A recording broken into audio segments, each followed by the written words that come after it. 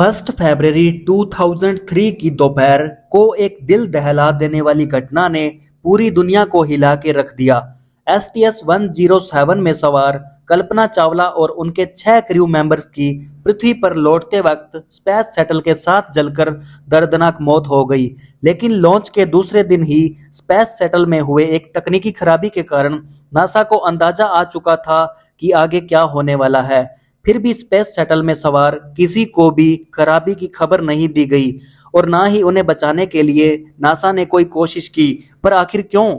और दूसरी बात तो ये है कि लॉन्च पहले ही किसी ना किसी खराबी के चलते पूरे 18 बार पोस्टपोन हो चुकी थी। तो जब इस शटल में इतनी सारी गड़बड़ी थी तो उसे लॉन्च किया ही क्यों गया?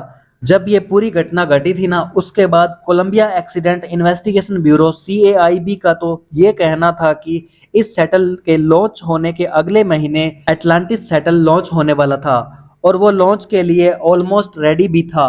तो फिर क्या इस शटल को भेजकर कल्पना चावला और उनके साथीदारों की जानें बचाई जा सकती थी? अगर ये सब सुन के आपको भी ये सवाल सता रहे हैं तो चलिए शुरू करते हैं आज की ये वीडियो और जानते हैं कि क्या कल्पना चावला को बचाया जा सकता था या फिर नहीं। Today video title, Kalpana Chawla की मौत कैसे हुई, नासा ने क्यों छुपाया कल्पना की मौत का राज। STS-107 नासा का 28th और आखिरी मिशन था जिसमें कोलंबिया स्पेस शटल का इस्तेमाल किया जाना था। ये मिशन ओरिजिनली 2001 में प्लान किया गया था, पर इसके स्पेस शटल में बार बार तकनीकी खराबी की वजह से इसके लॉन्च को तकरीबन 18 बार पोस्टपोन कर दिया गया था। जब शटल में इतनी सारी गड़बड़ी थी तो नासा को तभी समझ जाना चाहिए था कि यह शटल लॉन्च के लिए फिट नहीं है। लेकिन इस साइन को नासा द्वारा और लॉन्च को फाइनली 16 जनवरी 2003 के लिए शेड्यूल्ड कर दिया गया। इस मिशन में कल्पना और उसके क्रू मेंबर्स को स्पेस में करीब 15 दिन तक कुछ साइंटिफिक एक्सपेरिमेंट कंडक्ट करने थे। इसलिए लॉन्च के दिन सभी एस्ट्रोनॉट काफी खुश नजर आ रहे थे क्योंकि उनमें से ज्यादातर क्रू मेंबर्स जिंदगी में पहली बार स्पेस में जाने वाले थे। पर उन्हें क्या पता था कि ये उनकी जिंदगी का पहला और आखिरी स्पेस मिशन होने वाला है। 16 जनवरी की दोपहर को जब ये कोलंबिया स्पेस शटल जब रॉकेट को साथ लेकर उड़ा तो लॉन्च के कुछ ही सेकंड बाद उसके फ्यूल टैंक के बाहरी सतह पर लगाया हुआ इंसुलेशन फोम का एक बहुत ही बड़ा टुकड़ा टूटकर तकरीबन 800 किलोमीटर की रफ्तार से शटल के लेफ्ट विंग से टकराया, जिससे उसके विंग पर लगी रेनफोर्स्ड कार्बन कार्बन यानी कि RCC से बनी हीट रेजिस्टेंस कोटिंग में 10 इंच गहरा गड्ढा बन गया। लॉन्च के दौरान तो इस पर किसी की नजर नहीं गई थी, लेकिन लॉन्च के दूसरे दिन जब नासा का interceptor photo working group shuttle की वीडियो क्लिप की स्टडी कर रहा था तब उन्हें इस घटना के बारे में पता चला। पर नासा के ऑफिशियल्स को इतना सीरियस नहीं लगा। उन्होंने तो फ्लाइट क्रू को लिटरली एक हफ्ते तक इन्फॉर्म तक नहीं किया और फाइनली जब किया भी तो सिर्फ इतना ही कहा गया, बस थोड़ा सा डैमेज है, nothing to be concerned about. पर क्या सच में ऐसा ही था? स्पेस में तकरीबन 15 दिन 22 घंटे 20 मिनट और 32 सेकंड बिताने के बाद 1 फरवरी की दोपहर को जब कल्पना और उसका क्रू पृथ्वी के वायुमंडल में दाखिल हुए तो फ्रिक्शन की गर्म हुई हवा शटल के विंग में हुए उस छेद के कारण उसके अंदरूनी सतह तक पहुंचने लगी। ये हवा इतनी गर्म थी कि उसने पूरे शटल को जगह जगह से डैमेज करना शुरू कर दिया, जिससे कैबिन का ऑक्सीजन लेवल ड्रॉप होने लगा और सभी क्रू मेंबर्स बेहोश हो गए।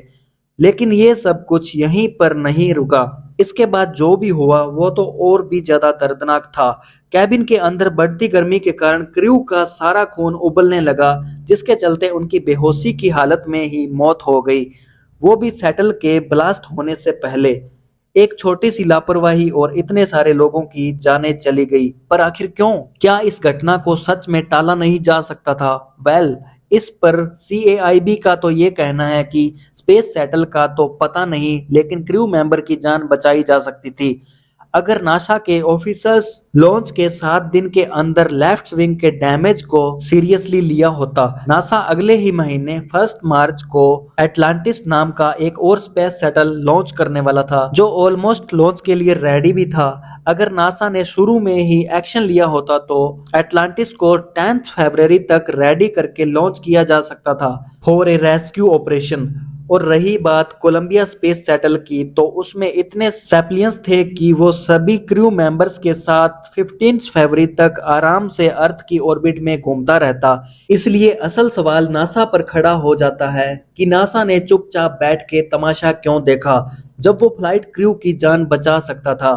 CAIB के अनुसार नासा के फोटो वर्किंग ग्रुप IPUG और डेब्रिज असेसमेंट टीम ने लॉन्च के 3 दिन में ही नासा के स्पेस शटल प्रोग्राम की मैनेजर लिंडा हैम से ये रिक्वेस्ट किया था कि वो डिपार्टमेंट ऑफ डिफेंस DOD को कांटेक्ट करके उनसे इंसुलेटेड फोम टकराने वाले इंसिडेंट के हाई रिजोल्यूशन इमेजेस मंगवा लें। लेकिन लिंडा हैम ने दोनों ही कमेटीज की रिक्वेस्ट को ये कहकर टाल दिया था कि ये कोई इतना सीरियस नहीं है। और आखिरकार क्लियर इमेजेस ना मिलने के कारण DAD को कंप्यूटर सिमुलेटर की मदद से ये अंदाजा लगाना पड़ा कि जब एक 2 फीट लंबा और 1 फीट चौड़ा इंसुलेशन फोम का टाइल 800 किलोमीटर की रफ्तार से RCC पैनल से टकराता है तो उससे क्या क्या नतीजे हो सकते हैं। DAT ने इसकी स्टडी तो कर ली, पर आखिर असली और नकली में फर्क होता है ना। कंप्यूटर सिमुलेशन से मिले डेटा से वो सिर्फ इतना ही बता पाए कि शटल को री एंट्री के वक्त ही डैमेज का सामना करना पड़ सकता है, मगर ये नहीं बता पाए कि कितना। और इसका जवाब फाइनली शायद उन्हें तभी मिला होगा जब 1 फरवरी की दोपहर को शटल दुर्घटना हो गई। खैर, ऐसी कोई दुर्घटना नासा के लिए ही नहीं बल्कि हम सबके लिए भी कुछ सीखने के लिए जरूर छोड़ जाती है।